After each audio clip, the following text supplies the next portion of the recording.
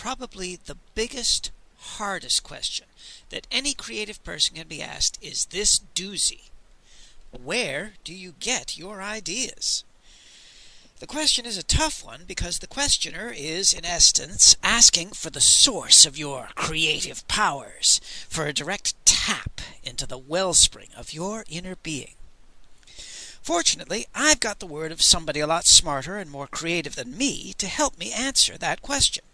I'm sure you've all heard that old saw about how one day Sir Isaac Newton was sitting under a tree, an apple fell down and bonked him on the head, and instantly he came up with the theory of gravity. Obviously, that's not how things actually went down. According to the website History.com, in an article that I've linked below this video, what actually happened was that after an outbreak of the bubonic plague, shut down his place of work for a while, Sir Isaac Newton had some unstructured time to hang out around the estate of a friend of his, and while there, he saw an apple fall to the ground. This prompted Newton to ask the fundamental question: what makes apples, or anything for that matter, fall down? Once he had his fundamental question, then he could start the long, difficult, intensive process of developing what we now call the system of Newtonian physics. In other words, this isn't something that just happened in one massive burst of insight. Not at all. The whole process took years, each day consumed with untold hours of sweat and frustration, and just as many hours of glorious inspiration and creation. But you don't have to take my word for all of this. Let's see what the man had to say about the process himself. At one point, Sir Isaac Newton was asked how he discovered the law of gravity, or, in other words, a version of the dreaded "where do you get your ideas" question. His reply? By thinking about it all the time. That is the key. If you want to create, if you want to be creative, then you need to be thinking about your subject of interest all the time. Maybe it's not right there in the front of your brain at every moment of every day, but it's got to be somewhere in your thoughts, turning over and over as you puzzle out what your next great plot will be. To that end, here's the best way to start getting ideas. Fill up your head with other people's ideas. Read books. Lots and lots of books. As much cool fiction as you can find in time to cram into your busy life. Use audiobooks, watch the movie versions, or just movies in general. Check out TV shows, cartoons, comic books, and graphic novels. I like the savage sort of Conan, but I also like any Conan comic book done by Marvel. Anyway, dig into the core books of the game that you intend to use, especially the books with monsters and other opponents in them.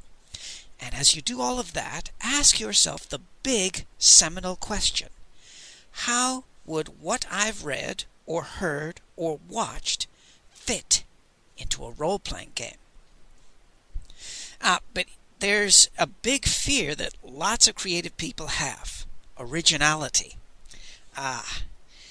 While you're mining all of those sources for plots to use, you might actually come up with a great idea for a story, but, well, you hit that question of if it's really original, like a bug on a windshield, and there goes your confidence. Can you really feel that you own this story if you've deliberately ripped off huge chunks of it from the works of J.R.R. Tolkien, George R.R. Martin, Jack Vance, Fritz Leiber, J.K. Rowling, H.P. Lovecraft, and Robert E. Howard? Or from that cool new NCIS episode you saw the other day? Or from your DVDs of Disney's Gargoyles? Or Nickelodeon's Avatar and Korra series? Or Hasbro's My Little Pony? Or your favorite Final Fantasy game? Let me reassure you with some more words from Sir Isaac Newton. These from a 1675 letter to fellow scientist Robert Hooke. If I have seen further, it is by standing on the shoulders of giants. That's very prophetic and profound, isn't it?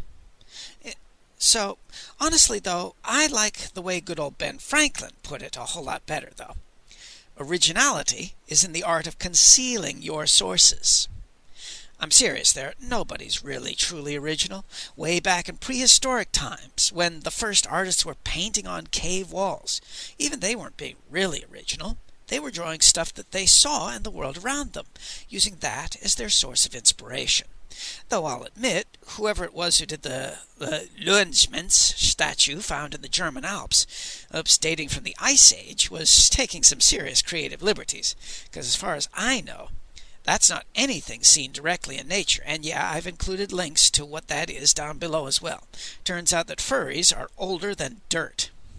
Still, that carving's a humanoid body with a lion's head, so even then we're still presented with familiar images, even though they've been recombined in a unique way. And that's the big point I'd like to make, by the way. No matter how derivative your work on a campaign might be, as long as you put some serious work into the job of crafting your own campaign, there are going to be 3 elements that will set the work apart from anything that's ever come before. First, your unique voice, the stamp of your personal tastes and preferences and emphases, will be firmly imprinted on whatever you eventually produce. 2. The way in which you recombine all the elements you take from your various sources will produce something ultimately unique. And third, even if the first 2 end up not being all that different from other stuff out there, this will be the first time that you and your group of players will have an opportunity to step in and interact with that plot and reshape it to their liking. All of your liking. Now, they get to be the protagonists, and the story is about them. That last one is what makes role-playing games so awesome in my opinion. The interaction of many minds working together toward the goal of creating something far greater than the sum of its parts. A gestalt, a meeting of minds united in storytelling purpose. Ultimately, I'm afraid that the third of those 3 elements of uniqueness is the hardest one to really pull off. Possible, certainly, when you've got a group that really work well together and a game master who's really good at facilitating the players into bringing the best to the table, but even then, some days are better than others. The second point, though, that's completely workable, especially when we're talking about being creative. That's recombining stuff.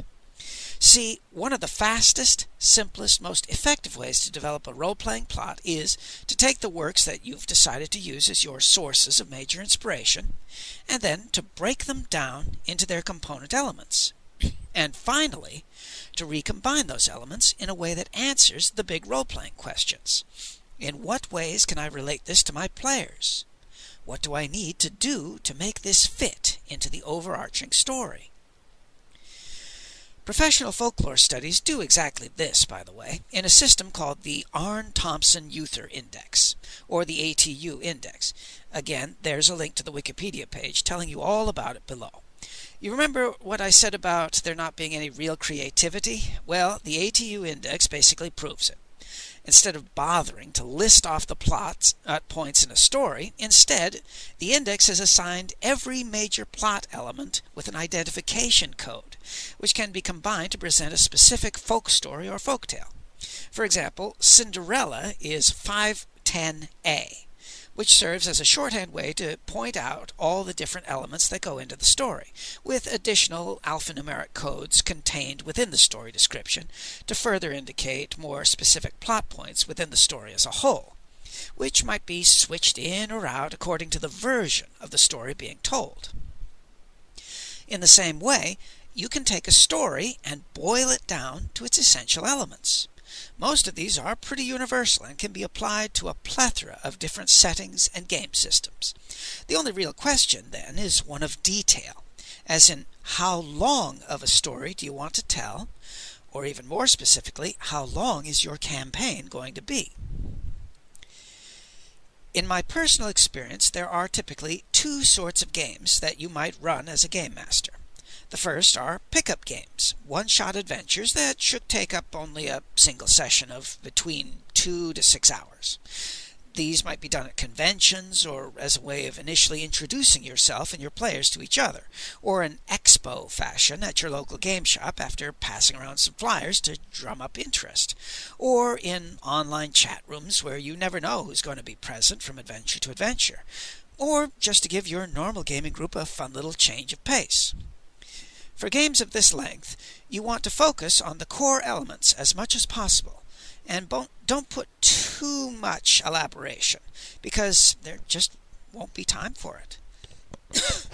On the other hand, there are far more intricate sorts of games, the full-blown campaigns that can encompass several lesser plot cycles of hook, adventure, conclusion, rinse and repeat.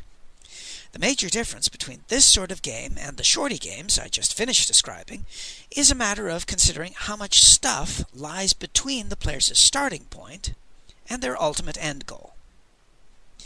As an example of how to use the vital skills of creating new stuff from old inspirations, we'll draw on an old-fashioned video game as our starting point for both sorts of game, pickup quest and long-haul campaign. Once we've got our inspiration starting point, we'll tear it up and shuffle the parts back together the way we want them. The game I'm going to use is one of my favorite arcade games from the days of the Atari Video Game Entertainment System. Specifically, it's the 1980 game Berserk, released in 1987 for the home system, produced by the Atari Corporation.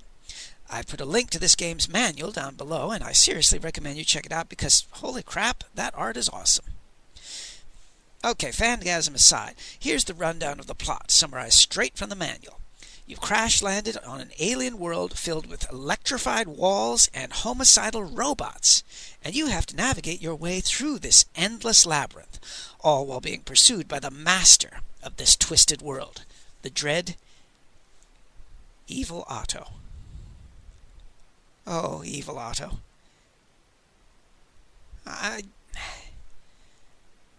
I'm sorry, I'm just having some post-traumatic flashbacks here.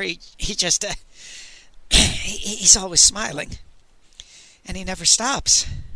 He's always just bouncing along after you. Happy, smiley face, as big as your little player man. Unstoppable, unrelenting. Bounce, bounce, bounce, until eventually, inevitably, you don't move quite fast enough, and he catches you and bounces on you again and again and again, smiling the whole time. No, I am not all right. Moving on. What we have here, though, is a pretty awesome setup. You've got a dangerous labyrinth filled with lethal traps, lots of faceless mooks, and a dread boss at the end, a dread boss that the party occasionally has to dodge when it comes to see who's tramping across its dungeon.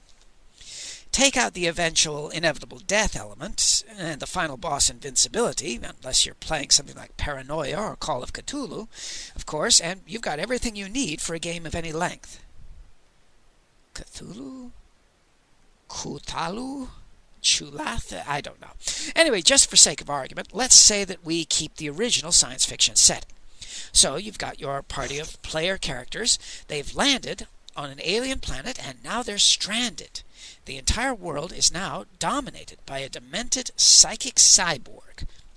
A floating head as wide around as a human being is tall, encased in an apparently indestructible material, and the streets of the surface and the tunnels below are patrolled by an army of murderous robots, and filled with a host of deadly traps.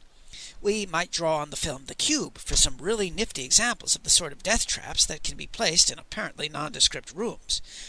And we could easily draw on the old Disney movie The Black Hole for additional inspiration on the look-feel of the setting, as well as some variants on the robots to be found, and on some potential fates of the former inhabitants of the world.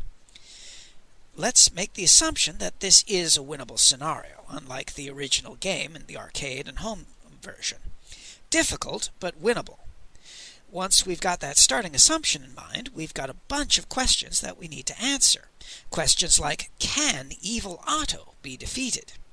Can the planet be escaped? How are either of these goals to be accomplished?